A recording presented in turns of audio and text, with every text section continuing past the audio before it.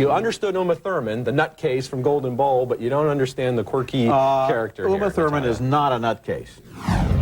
This week, former racing star Sylvester Stallone returns to the fast lane in Driven. Uma Thurman marries Nick Nolte but pines for Jeremy Northam in the Golden Bowl. And Liv Tyler puts a spell on Matt Dillon, John Goodman, and Michael Douglas in One Night at McCool's.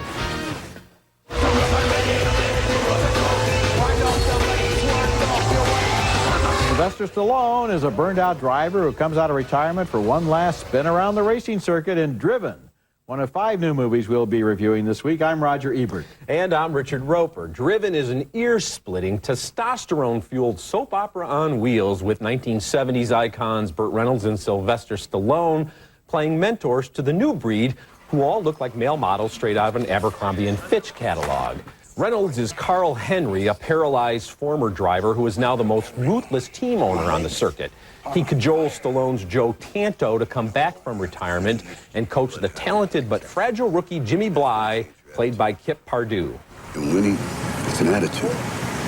So if you trust me, if you trust yourself, by the end of the season, you'll either be on top or you won't. But I guarantee you, you're going to know what Jimmy Bly is really made of. There's also an awkward romance between Jimmy and supermodel Estella Warren, who exists only as some kind of racetrack muse for the boys. I'm not looking to get involved. I'm not over him. I understand that, Sophia. I'm just looking for a friend. You sure? What's more painful there, the dialogue or the acting? You decide. And watch the platitudes fly after Joe and Jimmy finish a ludicrous high-speed chase through the streets of Chicago. Get away from me, man. Just Come on, you want to go through me? Come on, go through me. I don't want to fight you. I want to fight him. For what? For what? You weren't there? Yeah, I was there. What do you think he did? Take your woman away? Is that what you think he did? But I will give credit to director Rennie Harlan for using every Aeroflex camera, Radcam, Steadicam, IMOCam, freeze frame, stop action, stutter shot, and computer effect imaginable. The racing scenes really are eye-popping. But they're also relentless and often so over the top in a Dave & Buster's arcade kind of way that you have to laugh. The bigger problem, though, for me is Stallone's script. It's a blueprint of predictable situations and embarrassing dialogue. Driven is so familiar, it ends up being the kind of movie you've seen before you've actually seen it. Yeah, you know, one interesting thing is that only major characters in the movie ever place first, second, or third in any of the races. That's it. Everybody else on the circuit doesn't exist. It's like a Hot Wheels track. He cuts so fast, even in the dialogue, like he cuts between every sentence, sometimes twice. Sometimes he almost cuts on every word, as if you have to watch the screen for 5 seconds at a time, attention deficit syndrome will take over. Yeah. And the other thing is, apparently because he didn't want to set too much of a challenge for the people watching the movie, there aren't any bad guys in this movie. I don't want to give anything away, but even the other team turns out to be okay. And then at the end, that insipid, endless montage of everyone smiling at everyone else. And then, of course, you have, remember the brother, that he was kind of on the outside of the brother, but they had a little nod. Everybody's going to be okay. By the end of the movie, this is like the new breed of Hollywood studio executives believe at the end of the movie, everybody in the audience has to be reassured that everybody's really friends. Because then you'll buy all the action figures that come out. I mean, it's not a terrible movie. There are moments of fun, but it's just so over the top. And you know, like when the guy puts the crucifix over his neck, it's like, oh boy, he's in trouble. I mean, you laugh out loud at the wrong points. Some of the racing scenes, some of the special effects, pretty cranked up. Yeah. Okay, next movie, The Golden Bowl. Boy, what a change of pace. The Golden Bowl is Henry James's great novel about 2 lovers who can't afford to marry each other, so he marries a rich girl, and she marries the girl's even richer father. Angelica Houston plays a family friend who arranged the first marriage and now plans to match Uma Thurman with the billionaire father. You can't spend your whole life being a guest in other people's houses. You're made for a grand life. Thurman eventually feels shut out. Her husband cares more for his daughter, played by Kate Beckinsale, than he does for her. Here's a tricky scene where neither one can really say what she's thinking. Perhaps, Charlotte, you would go with Father to Spain. Most willingly. I happen to like my husband's company. But I don't know that he would like mine in place of yours. I'm sure that's not true. It's hardly a secret, any more than that he married me not for my sake, not even for his own, but for yours. Beckinsale's husband, an impoverished Italian prince, is played by Jeremy Northam. When she finds out her husband was Thurman's lover, she confronts him. It's you I need. It's more than ever now. You mean now that I know and have to shield you and Charlotte both? But that's one of the rare scenes where people say what they think. You have to read between the lines in this movie. Indeed, the billionaire, played by Nick Nolte, never admits he knows the unspeakable truth, and the power of the story is not in the deception, but in the solution, which in its own way is even more cruel. Uma Thurman is the real victim, caught in an economic trap between a man who's too rich and a man who's not rich enough. The Golden Bowl, a Merchant Ivory film, is like the recent film The House of Mirth. Both movies are about poor members of the upper classes who want to marry for love, but can only save themselves by marrying for money.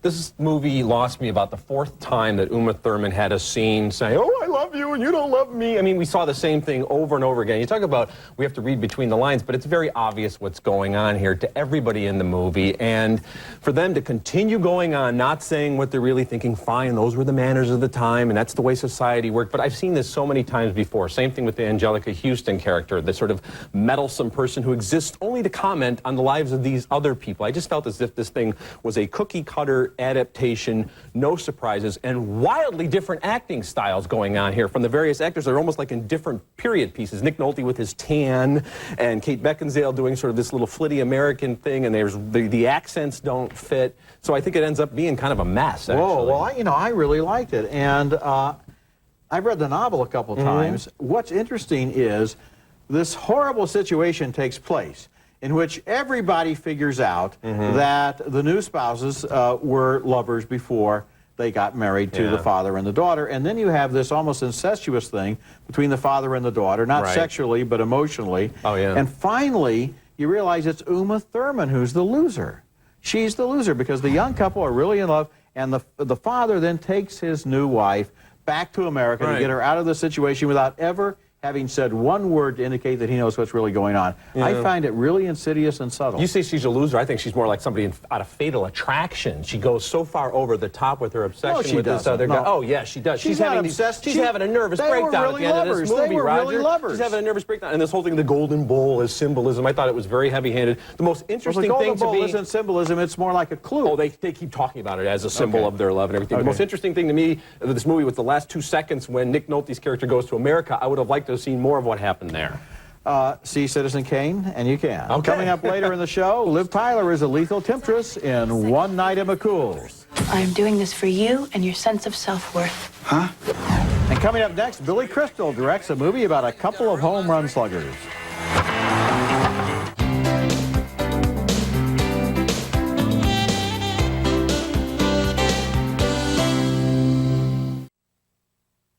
How come Maris never smiles? He's having the season of his life, the Yanks are winning, and he looks like a zombie out there.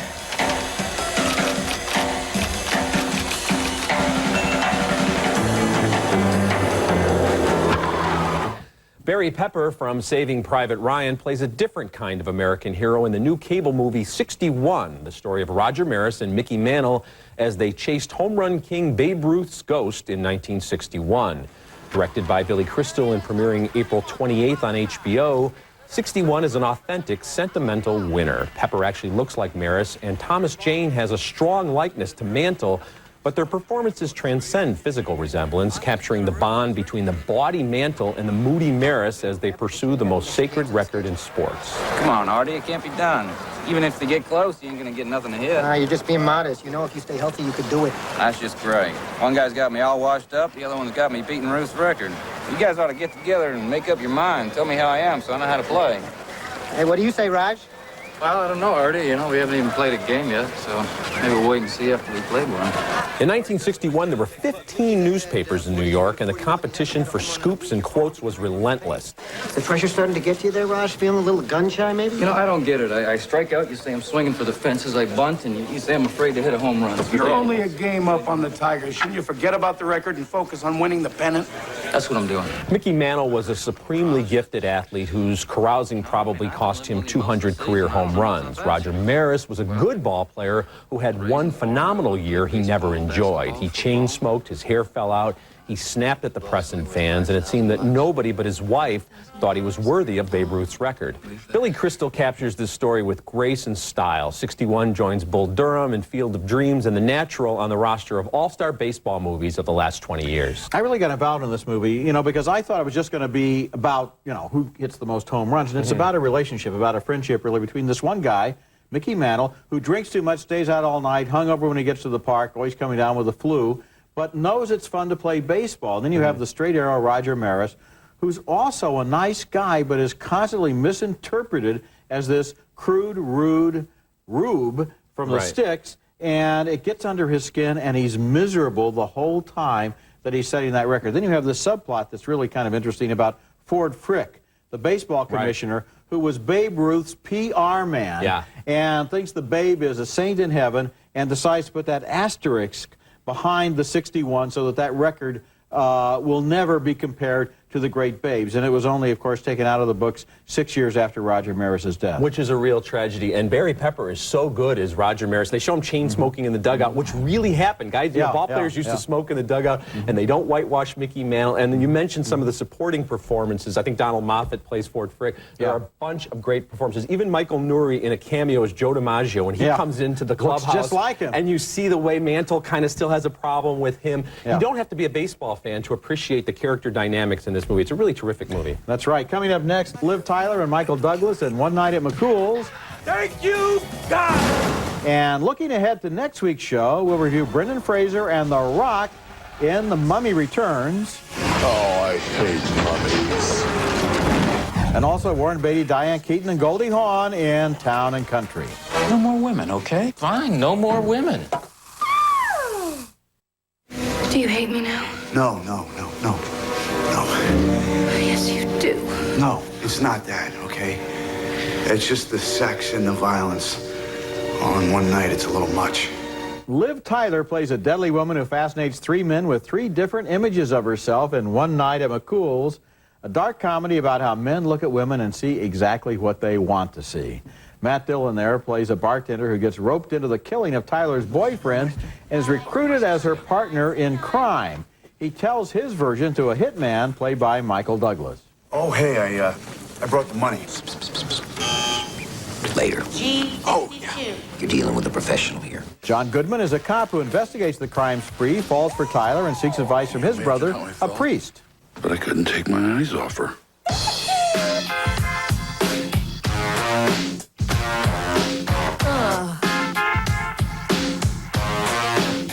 And Paul Reiser is a lawyer who's also mesmerized by Tyler and seeks help from a psychiatrist played by Reba McEntire. You know, he brings her, and she's wearing this nothing of a dress. It's a slip. I mean, you can see everything. Or a barbecue. No, wait a second. What am I thinking? Hot pants. They're like cupping everything. And this top, you could definitely see her stomach.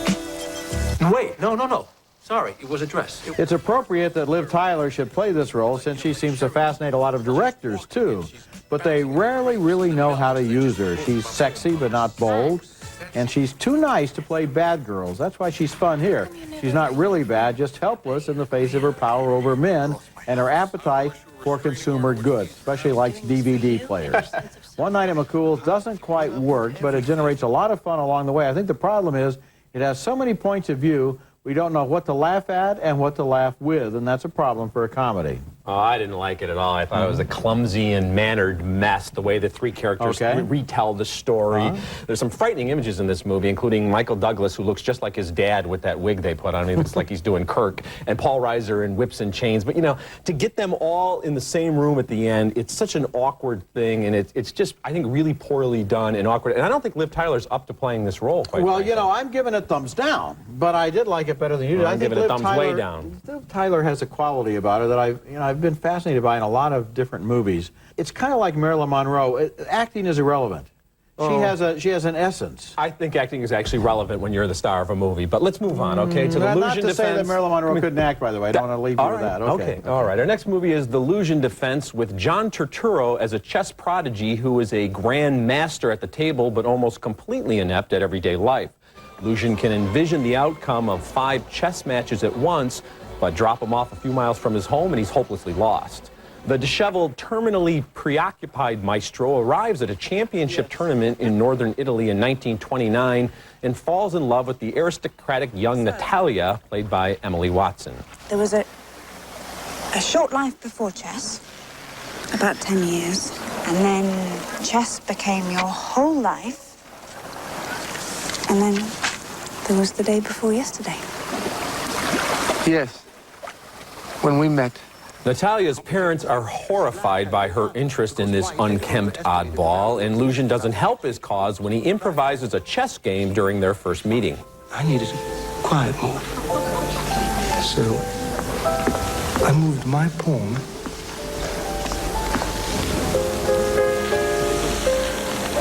to B3. Luzhin's romance with Natalia gives him a burst of bizarre confidence as when he arrives late for a match. There's a big victory coming. A big, big victory. The obvious irony of the Luzhin defense is that the emotionally crippled Luzhin has no real-world defense mechanisms. He's been damaged beyond repair by his troubled parents and by the teacher who exploited him for years and then discarded him like a threadbare suit when he felt Luzhin had lost his edge. Based on a novel by Vladimir Nabokov, the Luzhin defense moves at the pace of a late-afternoon chess match between two retirees, but Turturro's chaplain-esque stylings and Watson's rebellious romanticisms are enough to merit a recommendation. I can't quite recommend it, and I never really understood the Emily Watson character. Here's a woman who obviously doesn't want to marry her mother's candidate for marriage. This is another generation of people who have to marry for money, and the mother has brought her to the spa to meet this rich guy, and then she falls for Turturro, but why?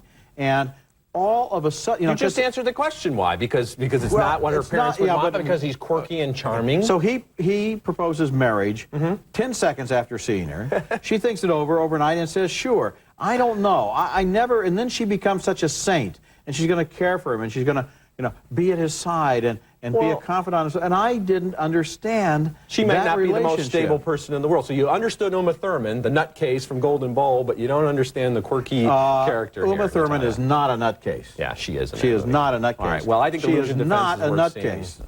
Okay, you think. Okay, when we come back, my video pick of the week is a movie that just keeps growing on me. You are in serious danger.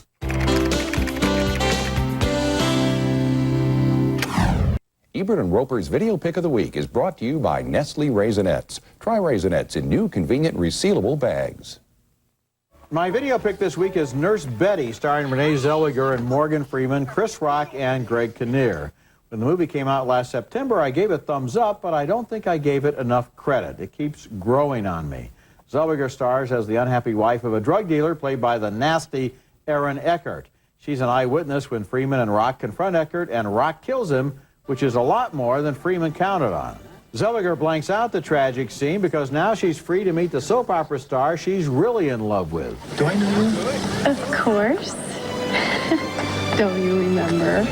I take it I should. Silly. It's me. We were engaged. You were engaged. I beg your pardon? Letting you go. That was the biggest mistake of my life. Morgan Freeman's character has his own fantasies about her in another brilliant scene at the Grand Canyon in the moonlight.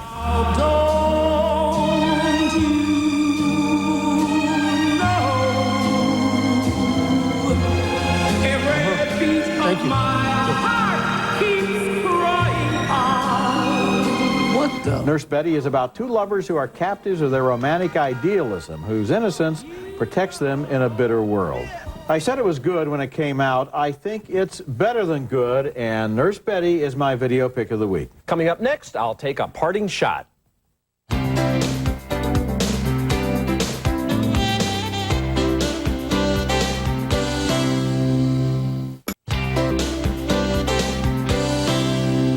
Last December, Nutty Professor 2, The Clumps, was released on DVD with extras such as deleted scenes, audio commentary, and a Janet Jackson music video, all for $26.98. Coming May 22nd is Nutty Professor 2, The Clumps, uncensored director's cut with new extras, but not all the same bells and whistles from the first release, for another $26.98. By the time the movie's 10th anniversary arrives, along with If You Don't Buy This, You're a Loser edition, you're ready to use that first DVD as a frisbee. Back that thing up. Yeah. Come on. Yeah. My parting shot takes aim at an annoying DVD trend, the double release syndrome, which has occurred with Boogie Nights, Dogma, Platoon, and Terminator 2, among other films.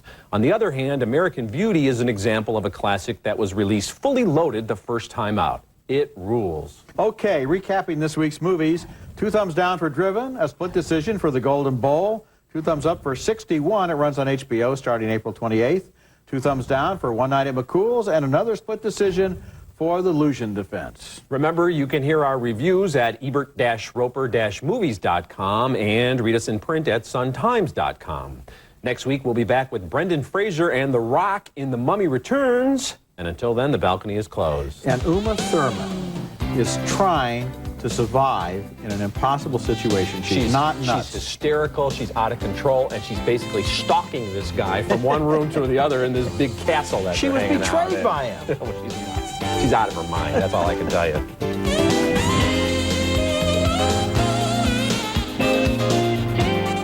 Facts of Life by Lysol. Fact, it's cough and cold season. Fact, Lysol spray helps stop the spread of the cold virus. Life demands Lysol, that's a fact. These babies were conceived using the Clear Plan Easy Fertility Monitor. It identifies more fertile days each cycle than any leading method. Clear Plan, clear results. Now, with new special edition Banana Fudge Chunk, it's even harder to resist the all-natural goodness of Breyers. It's just one of these 4 new delicious ice creams. Right now, LensCrafters choose from hundreds of great-looking prescription sunglasses, all for only $99. The $99 Prescription Sun event. Hurry, event ends soon. Closed captioning for Ebert and Roeper in the Movies is brought to you by... For really big muffler savings, get 25% off quality lifetime mufflers at Meineke. At Meineke, you won't pay a lot, but you'll get a lot.